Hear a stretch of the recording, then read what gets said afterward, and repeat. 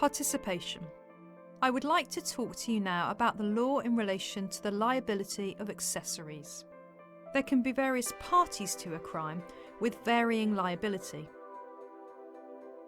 So far in these tutorials, we've looked at defendants who have performed the actus reus of an offence with a necessary mens rea, in the absence of any defence, and are therefore guilty of a crime. This defendant would be the principal offender. A principal offender is the person who actually commits the offence. There may be more than one principal offender.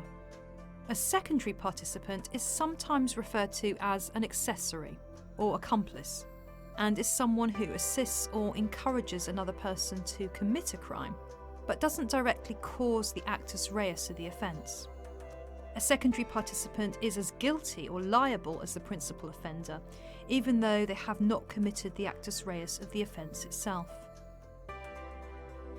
There are two categories of secondary liability. A defendant may be liable as an accessory under Section 8 of the Accessories and Abettors Act 1861, or for an offence of encouraging or assisting an offence under the Serious Crime Act 2007, which we have already discussed during this tutorial on inchoate offences. There is some overlap between the two.